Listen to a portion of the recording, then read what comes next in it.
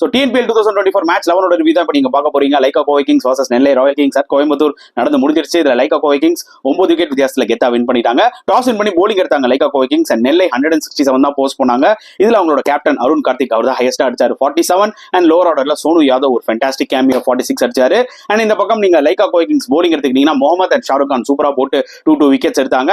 And சேசிங்ல Sai Sudarshan இந்த மேட்ச்ல விளையாடினார் ஃபார் லைக்கா. பட் அன்பார்ச்சுனேட்லி வந்து பாத்தீங்கன்னா ஒரு ஏர்லியர் அவுட் ஆயிட்டாரு. பட் ஒரு சூப்பர் 144 ரன்ஸ் பார்ட்னர்ஷிப்ங்க செகண்ட் விக்கெட்டுக்கு. பி சச்சின் அண்ட் சுரேஷ் குமார் தரமா விளையாடுனாங்க. Suresh Kumar fantastic inning 63 not out. B Sachin 76 retired ஆயிட்டாரு அன்பார்ச்சுனேட்லி. பட் ஸ்டில் ரெண்டு பேருமே வந்து பாத்தீங்கன்னா வச்சு செஞ்சுட்டாங்க.